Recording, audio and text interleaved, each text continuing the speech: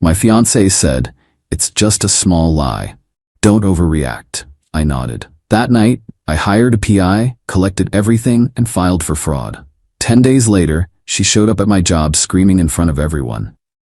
I'm 32, ma'am. For the last 4 years, my life has been about building things. As an architectural designer, I deal in solid foundations, clean lines, and the logical progression of a structure from blueprint to reality.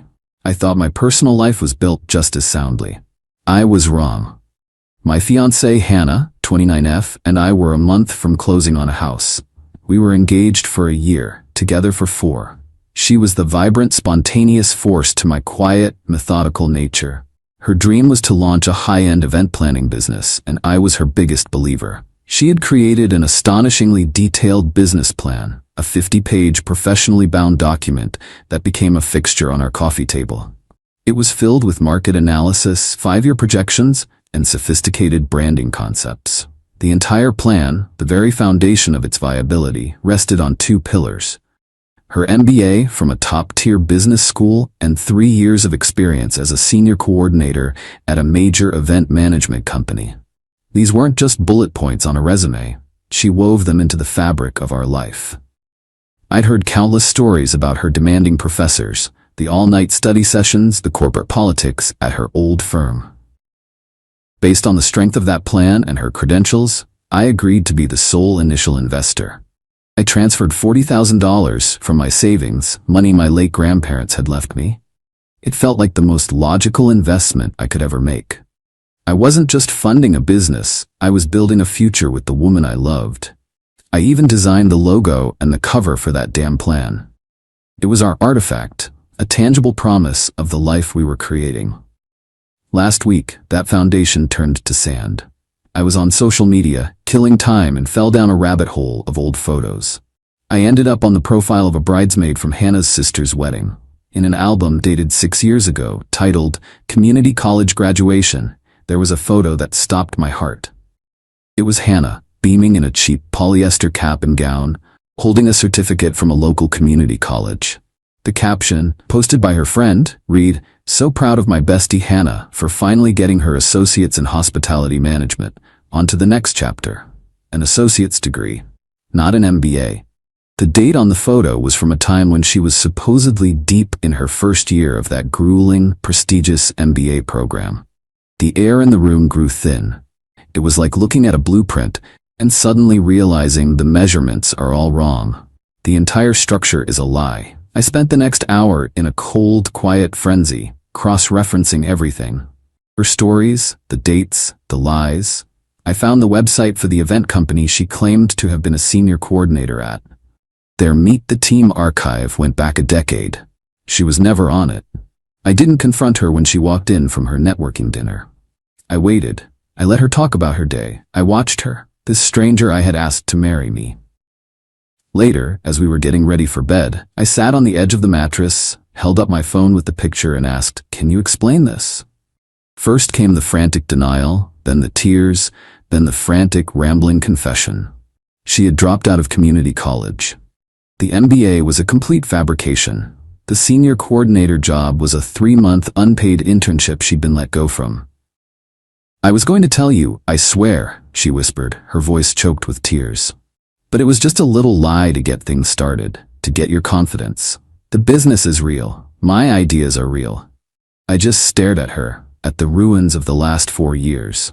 The hurt was a physical pressure in my chest, but my mind, my designer's mind, was already seeing the structural failure, the compromised integrity.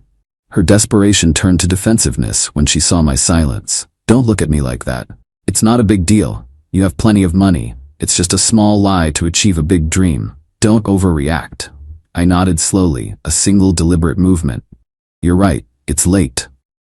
She went to sleep, seemingly reassured. But I didn't sleep. I sat at our kitchen table, the engagement ring I'd bought her sitting on the counter, catching the dim light.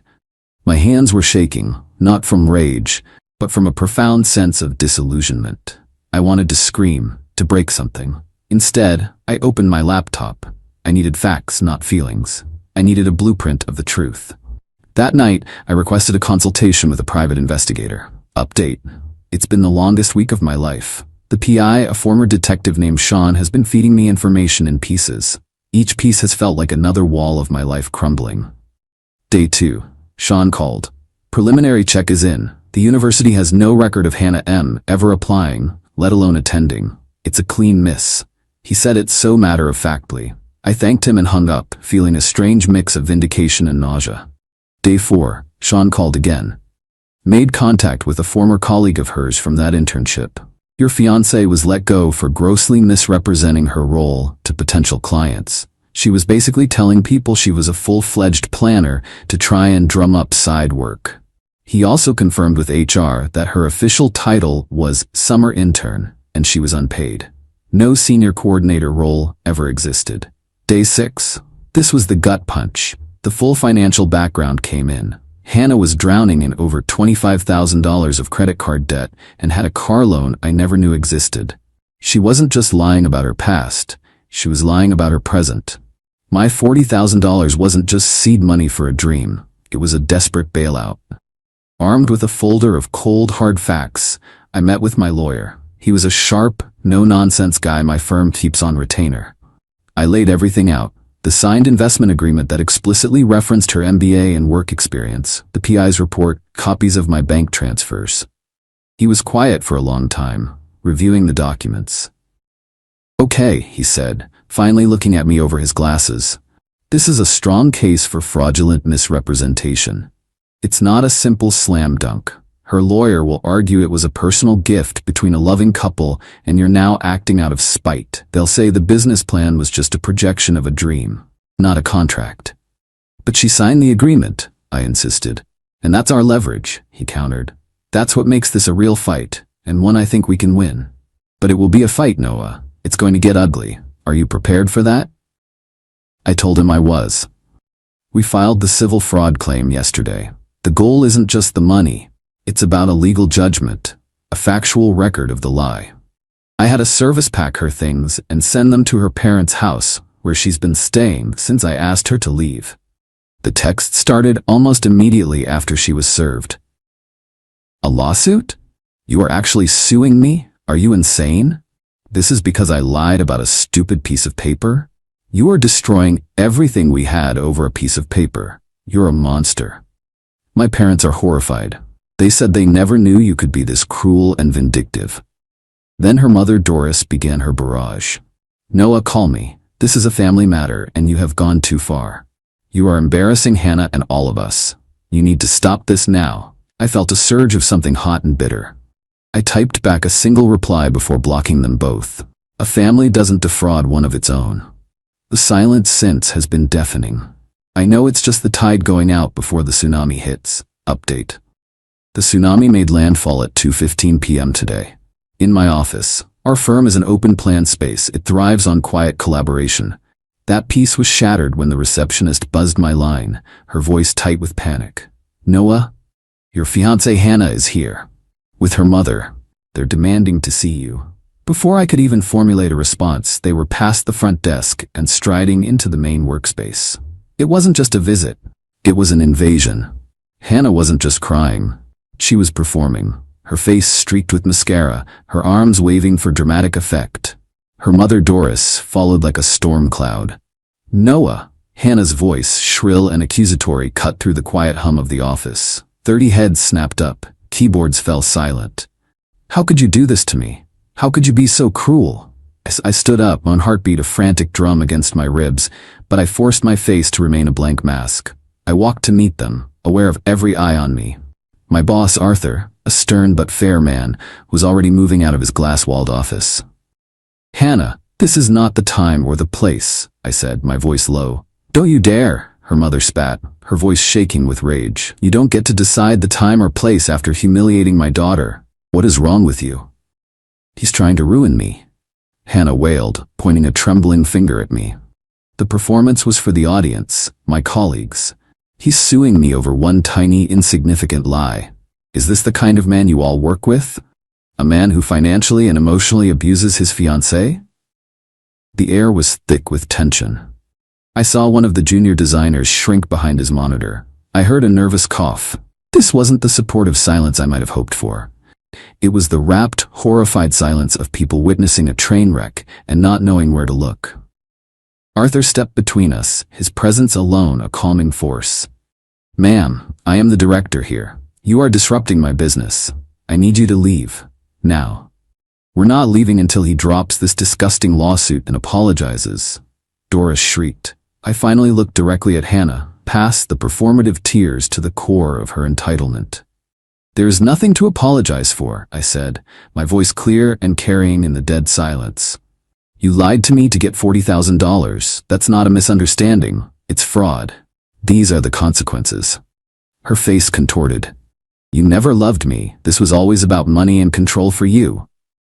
Arthur had heard enough. He signaled to the security guard we have in the lobby. "Jesse, please escort these ladies out of the building." As Jesse, a large, impassive man, began to move them toward the exit, Hannah yelled her parting shot. "He's a monster. He's a cold, manipulative monster. Don't any of you trust him." They were finally removed, leaving a wake of stunned silence. Arthur walked over. He didn't put a hand on my shoulder. He just looked at me, his expression pragmatic. "Noah, go home for the day, and listen to me. I'll back you as my employee, but I run a business here. Handle your personal drama outside these walls. Is that understood?" "Understood," I mumbled. It was fair, but it still felt cold. As I packed my bag, one of my colleagues, Marie, walked past and quietly placed a cup of coffee on my desk. "That was insane," she whispered. "Don't let them win." It was a small kindness, but in the sea of awkward stares and the sudden eruption of hushed gossip I could hear starting across the room, it felt like a life raft. I knew then that I wasn't just Noah the designer anymore. I was now Noah, the guy whose ex had a screaming meltdown in the office. That's a stain that doesn't easily wash out. Final update. It's over. The last 3 months have been a grinding war of attrition. After the office incident, Hannah and her family realized public hysterics only made them look unhinged, so they shifted to a campaign of quiet corrosion. The first front was our mutual friends. A few reached out, not with accusations but with awkward attempts at mediation. "Hey man, I'm sorry about all this, but suing her seems really extreme. Can't you guys just talk?" Others just ghosted me completely, clearly not wanting to be caught in the crossfire. My social circle shrank overnight. The isolation was suffocating. Then her father, Gerald, made his move. He called me, his voice oozing a kind of forced man-to-man bonhomie. "Noah, Gerald, this has all gone on long enough. You've made your point. You embarrassed my girl. Now it's time to be a man. Drop this nonsense and move on." "It's not nonsense, Gerald," I said, my knuckles white from gripping the phone. "Don't get technical with me, son," he said, the condescension dripping from his words. "You took a punt on a business idea. It didn't work. It happens. You don't try to ruin a young woman over it. We'll give you 10 grand to make this go away, and you sign an NDA saying it was a misunderstanding. That's my final offer." The sheer arrogance of it, offering a quarter of what they stole and demanding I sign a gag order, pushed me over the edge. Not into yelling, but into a cold, hard clarity. They were never going to get it. They lived in a world where consequences were for other people. I realized they were all operating on Hannah's heavily edited version of the truth. My lawyer had warned me against it, but I felt cornered. I was losing friends, my reputation at work was tarnished, and they were trying to bully me into submission.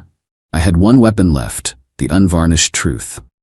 I drafted a calm, factual email with the subject line, "The information I've been asked not to share." I sent it to a carefully selected list: Hannah's sister, Catherine, her aunt who doted on her, her father, and the 5 mutual friends who had tried to mediate or had ghosted me. In the email, I wrote, "I'm writing this because I've been accused of being cruel and vindictive, and I feel you all deserve the full context. My legal action is not based on a small lie.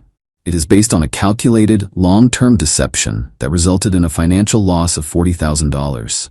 I have attached the PI's summary report and the fraudulent business plan that was used to secure the investment.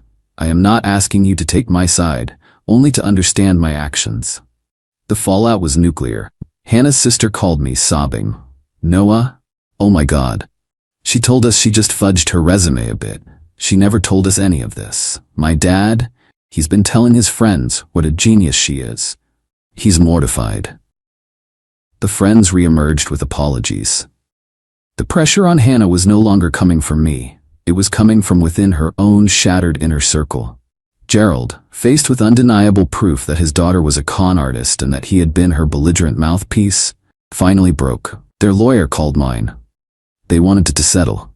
It was a bitter, ugly negotiation, but they had no leverage left. They agreed to pay back the full $40,000. Catherine told me later her parents had to take out a second mortgage on their house to make the first payment. The final installment cleared last week. I have my money back. But there's no victory here. There's a permanent scar at my job. There are friendships that are gone forever. I'm more cynical, more guarded. The other night, I was looking at blueprints for a new project, and I found myself checking the engineer's credentials online. That's who I am now. The business plan, the artifact of our broken future, is in a box in my storage unit. It's a reminder that some structures are so rotten at their foundation that you can't fix them. You just have to have the courage to see the truth, tear the whole thing down, and walk away from the wreckage before it buries you alive.